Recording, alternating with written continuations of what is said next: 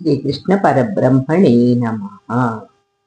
కార్యమును చేయుటకు శరీరము, పంచేంద్రియములు మొదలైనవి కారణమైనను జీవాత్మ మాత్రము ప్రధాన కారణమనుడిచే విధి నిషేధములు అతనికే చెల్లుచున్నది అని కిందటి భాగంలో మనం తెలుసుకున్నాము. యథార్థముగా ఈ విధముగా నుండగా ఆత్మయే కర్త అని భావించువాడు దుర్మతి, జ్ఞానము లేనివాడు కావున సత్యమును తెలుసుకొనలేకపోవచ్చున్నాడు. యథార్థమునకు జీవాత్మ పరమాత్మ యొక్క అనుమతి వల్లనే కర్మలు చేయుచున్నాడు. అయినను జీవాత్మయే కర్త అని భావించువాడు విపరీత జ్ఞానము కలవాడు. అతనికి యథార్థ స్వరూపమును గుర్తించు జ్ఞానము లేనందువలన యథార్థమైన కర్తను తెలియచాలడు. యస్య నాహంకృతో భావో బుద్ధిర్యస్య న లిప్యతే హత్వా అపి సాయిమాన్ లోకాన్ నహంతి నిబధ్యతే. తాను ఆచరించుచున్న కర్మలకు తాను కర్త కాదని, పరమాత్మయే నిజమైన కర్తయని భావించుచు ఫలమునంద ఆసక్తి లేక యుండువాడు వీరినందరినీ చంపినను చంపిన దోషమును పొందడు. అట్లే కర్మబంధమును కూడా పొందడు. పరమ పురుషుడే సమస్తమునకు కర్త అని భావించుట చేత తన మనస్సునందు నేనే ఈ కర్మను చేయుచున్నానని అహంకారమునకు గురికాడు. అట్లే ఈ కర్మకు నాకు సంబంధము లేదు కావున ఈ కర్మమునకు నాకు ఎట్టి సంబంధము లేదని భావించును. ఈ విధముగా కర్తృత్వాభిమానము, ఫలాసక్తి లేక ఉండువాడు ఈ లోకములలో ఉన్న వారినందరినీ యుద్ధమునందు చంపినను అతడు వారిని చంపినవాడు కాదని అనినచో భీష్మాదులను చంపినవాడిట్లగును. అందువలన అతనికి యుద్ధమున శత్రువులను చంపినందువలన కలుగు పాపము కూడా కలుగదు. ఆ కర్తృత్వాది భావన ఎంతయు సత్వగుణము వలననే జరుగుచున్నది.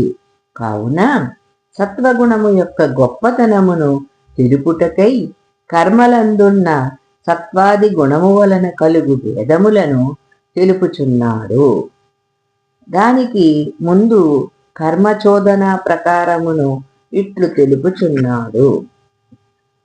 జ్ఞానము, జ్ఞేయము, పరిజ్ఞాత అని కర్మచోదన 3 విధములుగా ఉండును.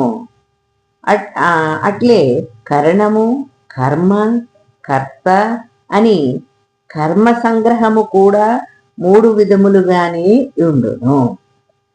కర్తవ్య కర్మలకు సంబంధించిన జ్ఞానమును జ్ఞానమందురు. ఆ కర్తవ్య కర్మయే జ్ఞేయము. ఆ కర్మ జ్ఞానము కలవాడు బోద్ధ. ఇట్లు కర్మచోదనములు 3 విధములు అనగా జ్యోతిష్టోమాది కర్మ విధి జ్ఞానము. ఆ జ్యోతిష్టోమాది కర్మలు తత్కర్మ జ్ఞానము కలవాడు అని కర్మ విధి 3 విధములుగా ఉండును.